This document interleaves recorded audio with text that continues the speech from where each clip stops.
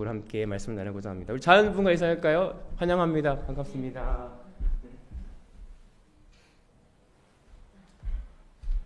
네. 오늘 말씀의 제목은 십자가로 이기셨느니라. 오늘 본문 15절을 개역 개정으로 보면 통치자들과 권세자들을 무력화하여 드러내어 구경거리를 삼으시고 십자가로 그들을 이기셨느니라 라는 말씀으로 그 제목을 땄어요. 십자가로 그를 이기셨느니라. 우리가 십자가로 이긴다라고 생각하니까 제가 문득 이런 얘기가 생각나더라고요. 예전에 어떤 그 영화를 보면 그 귀신 영화라지 그러죠? 그러면 십자가를 그냥 막 나가라! 그러면 뭐 십자가를 무서워하는 뭐 귀신이 떠나가는 어떠한 그 형상의 그 십자가가 아니라 예수님이 십자가에서 하신 일이 뭐냐면 우리를 대신해서 죽으신 사건, 그것을 믿는 믿음으로 우리가 승리할 수 있다는 거죠. 그 예수님이 이미 우리를 위해서 십자가를 다 해결하셨어요. 우리의 죄를 다 담당하셨는데, 그러면 우리 더 이상 죄의 종노릇이 아니라 이제 자유함을 가지고 예수님께서 이미 다 해결하셨는데, 그러나 우리는 여전히 죄의 법 아래에 있고 사망의 법 아래에 있다는 사실을 깨닫게 돼요. 예수님이 이미 해결하셨음에도 불구하고 예수님이 이미 담당하셨고 십자가로 해결하셨는데 왜 우리는 여전히 십자가로 해결한 것을 믿으면서도 여전히 우리는 죄에 매여 있어서, 때로는 내 생각에 매여 있어서 하나님께서 주시는, 예수님께서 허락하시는 왜 참 자유함과 기쁨이 없을까라고 하는 것입니다. 그것은 참 믿음이 없기 때문에, 머리로는 이해되는데 그 믿음이 내게 없기 때문에 그렇습니다. 그 믿음이 무엇인가? 로마서 3장 28절에 보면, 그러므로 사람이 의롭다 하심을 얻는 것은 율법의 행위에 있지 않고 믿음으로 된 줄을 너희가 인정하노라. 우리가 사도신경을 읽으면서, 사도신경이라는 것을 나가면서 무엇을 중요하냐면 그 믿음이라는 것을 확인하는 것이죠. 그래서 사도신경을 매주 매일 보면서 복음에 흐트러진 것, 복음의 이외의 것을 잘라내고 순전한 복음이 무엇이고 진짜 복음이 무엇인지를 기억하고 또 읽으면서, 아 그렇구나, 내가 이것을 믿는 거지, 예수 그리스도를 믿는 거지, 예수 그리스도가 날 위해 대신 십자가의 죽으심을 믿는 거지. 그래서 확인하는 의미로 우리가 계속해서 이뤄나갔다라고 하는 거예요. 오늘 읽은 본문의 배경을 보면 그 당시 사도 바울이 고린도세서 교회 통해서 그 당시 이단과 철학주의자들 그리고 천사를 숭배하는 여러 각자 다른 복음을 이야기하는 사람들을 향하여 가르치기 위한 거예요. 너네가 그 어떤 것도 아니야. 예수님이 십자가에 죽으신 그 은혜를 믿는 믿음으로 의롭게 되고 구원받는 거야 라고 오늘 그것을 다시 한번 확인시켜주기 위한 방법으로 이 글을 썼다라고 하는 거죠. 오늘 우리가 영적인 이 말씀을 통해서 십자가의 능력이 무엇인지를 경험하길 소망합니다. 예수님께서 이미 다 해결하셨어요. 십자가의 은혜로 누구든지 어떤 죄인이든지 용서하시기로, 우리를 죄와 사망의 법에서 자유함을 주시기로 이미 해결하셨음에도 불구하고 우리가 여전히 믿지 못함으로 인하여 그 죄법 아래에 있는 우리를 발견하기를 소망합니다. 그래서 시브리서 11장 1절에 보면 믿음은 바라는 것들의 실상이요 보이지 않는 것들의 증거다. 여러분, 믿음이라는 게 뭐냐면 내가 믿는 것입니다. 내가 믿는 게 뭐냐면 잘 될 거야, 그래 하나님 나와 함께 하실 거야 믿는 게 아니라 예수님이 날 위해 십자가에 돌아가셨다고 하는 것을 믿는 것입니다. 지금 내 모습은 여전히 죄법 아래 있고 아직도 죄성이 내 삶 가운데 있는 것 같아 보이지만 아니지, 내가 이렇지만 예수님이 이미 나를 위해 십자가에 돌아가셨지. 이 믿음을 가지고 그 믿음으로 나아갔을 때 실상에 보이는 거예요. 증거들이 보이는데 그 증거는 뭐냐면 내 삶에 일어나는 삶의 열매들이 증거라고 하는 사실이에요. 우리 이 증거들을 우리 삶 가운데 확인하는 저와 여러분들이 되기를 소망합니다. 그 증거를 소유하는 저와 여러분들이 되기를 소망합니다. 그리고 십자가로 이기는 것이 무엇인지를 깨닫기를 이 시간 소망합니다. 오늘 본문 6절에 보면, 그러므로 너희가 그리스도 예수를 주로 받았으니 그 안에서 행하되, 7절에 그 안에 뿌리를 박으며 세움을 받아 교훈을 받은 대로 믿음에 굳게 서서 감사함을 넘치게 하라 라고 말씀하고 있어요. 바울 서신의 큰 주제는 여러 번 말씀드렸지만 in Christ, 예수 안에서입니다. 예수 안에서. 바울이 그토록 얘기했던 건, 야, 어떤 것 하지 마. 예수 안에서 너가 해라. 오늘 6절에 보면 너희가 예수를 주로 받았으니, 여러분 예수를 주로 받는다는 건 내가 결정하는 거죠. 예수님, 그렇지. 이제 예수님을 주로 받아들이는 사건은 내 삶의 주인이 나에서 예수님으로, 하나님으로 바뀌어지는 사건입니다. 그것을 받아들이는 거예요. 그리고 그 안에 뿌리를 박아 세움을 받아 교훈을 받은 대로 믿음에 굳게 하라. 하나님의 말씀을 내 마음 가운데 새겨서 뿌리 박으라는 거예요. 우리가 잘 알고 있는 마태복음 13절에 보면 좋은 밭의 비유가 나요. 어떤 밭이 좋은 밭인가? 그 말씀이 내 마음밭에 뿌리를 박으려면 부들부들해야 돼요. 그래서 그 말씀이 내 안에 박혀야 됩니다. 제가 아이들한테 자주 얘기하는 것 중에, 야, 너네들은 아직 마음이 플렉시블해, 유연해. 그래서 하나님의 말씀이 뭐냐고 그냥 믿잖아. 그렇구나. 하나님이, 예수님이 너희들 돌아가셨대, 죽으셨대. 그래? 그럼 그걸 믿음으로 천국 가. 믿을게. 근데 엄마 아빠는 어른에 대해서 내 생각이 많아, 믿지를 못해. 그럴까? 어려우면 정말 하나님이 살아계실까? 우리가 세월이 지나면서 죄가 쌓이고 내 생각이 들어오고 내 경험이 쌓이면서 받아들이지 못하는 게 뭐냐면 하나님의 말씀이에요. 하나님의 말씀이 이렇게 말씀하셨는데 그래도 그건 아니지 않을까? 오늘 사도 바울이 말하는 것은 네가 예수님의 주로 받아들였으면 그 안에서 행해야 되는데, 그 안에서 행하는 건 말씀 안에서 의미합니다. 그 말씀 안에서는 하나님께서 우리에게 주신 그 말씀을 마음에 굳게 받아들여 뿌리 맺고 건강하게 자라서 그것을 교훈을 받은 대로 행할 때 비로소 감사가 넘친다는 거예요. 여러분, 우리가 감사가 넘치는 건 뭐예요? 우리 일상생활에 상식적인 감사는 내 기도가 응답될 때 감사해요. 내가 뭔가 세상적으로 좋은 것을 얻을 때 감사할 수 있는데, 오늘 사도 바울이 말한 건 그 감사는 그 말씀이 뿌리받아 열매를 맺을 때 감사가 넘친다고 이야기하고 있어요. 우리 안에 이런 감사가 넘치길 소망합니다. 하나님의 말씀이 내 마음과 들어올 때, 말씀이 들릴 때 감사한 거예요. 말씀이 내 안에 들어올 때 감사한 거예요. 그렇구나. 삶은 아무것도 변하지 않는데 그 말씀이 내 삶을 변화시키는 그 증거들을 볼 때 감사하게 되는 거예요. 감사가 넘치는 거예요. 터져 나오는 거예요. 이 감사가 우리 가운데 있기를 소망합니다. 무언가 내 노력으로 율법적인 행위로 할 때의 하기로 한다면 힘들고 지칠 때가 있어요. 한계가 있어요. 우리한테는 내가 누군가를 사랑하려고 할 때 어느 정도의 선까지는 사랑할 수 있어요. 용납할 수 있어요. 그러나 넘어가면 우리는 참을 수가 없어요. 욕이 나오죠. 내가 어떻게 했는데. 야, 이제 그만해라. 너 그만해. 이제 끝만. 우리는 여러 가지 사랑을 할 때에 내 중심적인 선행과 사랑을 하기 때문에 한계가 있어요. 그러나 예수님이 내 안에 오셔서 뿌리 받아서 말씀을 통해서 내가 사랑을 하게 되면 한계가 없어요. 리미트가 없죠. 그냥 사랑하게 되어지는 거예요. 그것이 감사가 터져 나오는 것이면, 내가 어떻게 저를 사랑했지? 내가 어떻게 그 사람을 용납했지? 내가 할 수 없었는데 감사하다. 우리 감사가 터져 나오길 소망합니다. 내가 아는 사랑은 한계가 있어요.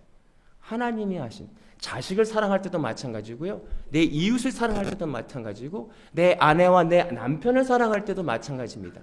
내가 사랑하는 건 한계가 있어요. 예수 그리스도가 내 안에 오실 때 예수님의 은혜를 통해서 사랑하게 되면 그것이 감사가 됩니다. 왜냐하면 내가 사랑하는 게 아니라 내 안에 계신 예수 그리스도가 사랑하는 거기 때문에. 오늘 사도 바울이 in Christ라고 하는 건 예수 안에서 모든 걸 행하라. 네 삶의 주인이 네가 아니야. 예수 그리스도야. 예수 그리스도가 하는 그 사랑을 해봐. 그러면 감사가 넘칠걸. 너희는 깜짝 놀랄걸. 원수를 사랑하게 되니까 라고 말씀하고 있죠. 오늘 8절에 보면 누가 철학과 헛된 속임수로 너희를 사로잡을까 주의하라. 이것은 사람의 전통과 세상의 초등학문을 따름이요 그리스도를 따름이 아니라 라고 말씀하고 있죠. 오늘 사도 바울이 그 당시에 교회에 들어온 철학에 대해서, 여러분 철학과 지식은 인간의 이해에 돕는 하나의 그렇지 딱딱 맞아요. 사람들이 유혹하기 좋아요. 왜냐하면 실질적으로 보여지거든요. 다 봐봐 1 더하기 1은 2지. 그러니까 이렇게 해서 인문학이라고 하는 학문도 마치 사람이 이해하기 편하고 그렇구나 깨달음이 될 수 있어요. 그렇구나. 그러니까 전통과 세상을 오늘 사도 바울은 초등학문 가장 낮은 도입부 인문이라고 이야기하고 있어요. 왜 그러냐면 빌립보서 3장 8절에 보면 또한 모든 것을 해로 여기면 내 주 그리스도를 아는 지식이 가장 고상하기 때문이라. 내가 그를 위하여 모든 것을 버리고 배설물로 여기면 그리스도를 얻고 9절에 그 안에서 발견되려 함이니 내가 가진 의는 율법으로 난 것이 아니요 오직 그리스도를 믿음으로 말미암은 것이니 곧 믿음으로 하나님께로부터 난 의인이라. 오늘 사도 바울은 지식으로 따지면 누구에게도 뒤지지 않았던 엘리트였습니다. 근데 그러나 그 사도 바울이 다메섹 도상에서 예수님을 만난 후에 사도 바울의 고백은 내가 이전에 알았던 지식과 학식이 배설물이구나. 가장 고상한 지식은 예수 그리스도를 만나고 아는 지식이구나. 예수 그리스도를 경험한 것은 그 아는 지식인데 그 지식은 하나님으로부터 난 의구나. 믿음인데 그 믿음은 내 스스로 믿는 게 아니라 예수님 하나님으로부터 난 의구나라고 고백하고 있습니다. 오늘 저 여러분들이 이 지식 얻기를 소망합니다. 예수님을 아는 지식, 예수님을 소유하는 지식, 머리로만 아는 지식이 아니라 내 가슴으로 내려온 지식이 되길 소망합니다. 여러분 우리가 들어보는 많은 이단들은 교회 사람들을 전도합니다. 아예 안 믿는 사람을 전도하면 좋은데 꼭 교회 다니고 이미 그리스도인이고 크리스찬들을 빼나가기 위해 이단들이 많이 전도를 해요. 왜 그럴까? 그들이 하는 거는 말씀을 숫자적으로나 문자적으로 해서 딱딱딱딱 해서 이건 이렇게 해줘 딱딱딱 설명을 너무 잘 기가 막히게 만져요. 그리고 원어는 전혀 다른 의미를 설명하고 있는데 그냥 한국어적인 그 문자적으로 해석해서 많은 사람들이 법칙적으로 이해하기 딱딱딱 설명하면 기가 막힌데 이런 해석이 있어? 우리 교회는 이런 거 안 가르쳤는데 하고 넘어가요. 왜 그러냐면 인간의 이해를 돕기 때문에 그렇습니다. 그러나 말씀은 영으로 쓰여졌다 그래요. 이 말씀이 영으로 이해되지 않으면 우리가 하나님의 성령 하나님의 은혜를 통해서 말씀이 이해되지 않으면 우리는 말씀을 알 수가 없어요. 아무리 100독을 하고 200독을 하고 1000독을 해도 하나님의 은혜가 없으면 이 말씀이 마음으로 머리에서 가슴으로 이해되지 않는다는 말씀입니다. 고린도전서 1장 18절에 보면 십자가의 도가 멸망하는 자에게는 미련한 것이요 구원을 받은 우리에게는 하나님의 능력이 된다라고 말씀하고 있어요. 십자가가 이해되지 않는 거예요. 우리가 잘 알고 있는 베드로를 보세요. 베드로에게 너는 날 누구라 하느냐? 주는 그리스도시요 하나님의 아들입니다. 영적으로 이해됐어요. 그러자 예수님이 뭐래요? 영적인 설명합니다. 나 죽을 거야. 십자가에서 죽고 3일 만에 부활할 거야. 베드로가 머리로 이해되지 않았습니다. 주님 그렇게 하지 마십시오. 베드로의 영적인 이해가 없었기 때문에 예수님이 죽는 것을 막는 거예요. 육구로 생각했기 때문에. 그러니까 예수님이 뭐라 그러시냐면 사단아 내 뒤로 물러서라. 너는 나를 넘어뜨리게 하는 자다. 만약에 베드로가 영적인 이해가 있다라 한다면 그렇습니다. 감사합니다. 예수님 죽으십시오. 그리고 부활하십시오. 이래야 맞아요. 왜냐하면 자기 죄를 해결할 수 있는 길은 예수님의 십자가의 은혜가 아니면 할 수 없기 때문에 그렇습니다. 그래서 믿는 자에게는 십자가의 은혜가 능력이 되지만 믿지 않는 사람, 인간의 이해로 보면 굳이 왜 죽어? 왜 죽어야 돼? 바보 아니야? 미련한 것이라는 거예요. 오늘은 말씀을 이해하는데 이 영적인 눈이 되길 소망합니다. 예수님 왜 죽어? 미련해. 이게 아니라 구원받는 얘기. 예수님이 죽으셨구나. 나를 위해 죽으셨구나. 그래서 나도 함께 예수님과 함께 죽어야 되는구나. 이 죽음만이 내 죄를 사할 수 있구나. 이 큰 은혜가 머리로만이 아니라 내 마음으로 이해되길 소망합니다. 이 복음이 예수님의 그 십자가의 은혜가 내 마음으로 믿어져야 구원에 이른다는 거예요. 이것을 우리가 내 마음 가운데 점검해 보길 소망합니다. 정말 예수님이 내 안에 계신가? 예수님의 그 십자가의 은혜가 내 안에 소유하고 있는가? 라고 하는 거죠. 9절에 보면 그 안에 신성의 모든 충만이 육체로 거하시고 10절에 너희도 그 안에서 충만하여졌으니 그는 모든 통치자와 권세자의 머리시니라 라고 말씀하고 있죠. 네. 신성과 인성에 충만한 육체를 거했다. 그 당시에 영지주의자는 영은 거룩하고 육체는 부정한 것이라고 하는, 그래서 인간의 지혜로 예수님이 그냥 형상만 있다가 간 거야. 아니에요. 오늘 사도 바울이 예수 그리스도는 완전한 인간으로, 완전한 사람 신으로 이 땅에 오실 때 완전한 신성의 모든 충만함이 육체에 거하셨다. 그리고 너희도 그 안에 충만해졌으니 그는 모든 통치자와 권세자들의 머리다라고 이야기하고 있어요. 오늘 예수님이 이 땅에 완전한 사람으로, 인간으로 이 땅에 오셨습니다. 그리고 우리에게 죽으셨어요. 근데 그 예수님이 너희도 똑같이 충만하라는 거예요. 예수님으로 채우라는 거예요. 그러면 이 통치자와 이 세상의 권세자들과 통치자의 머리가 되신다라고 말씀하고 있어요. 우리가 이 땅에서의 현상의 세상의 권력자, 우리가 앞에서 보면 우리 세상에 가장 밀접한 직장 상사가 내 권력자가 될 것 같기가 있고요. 멀리 보면 한 나라의 지도자가 권력자처럼 보일 때가 있어요. 크게 보면 강대국의 권력자가 세상을 좌지우지하는 것처럼 보여질 때가 있어요.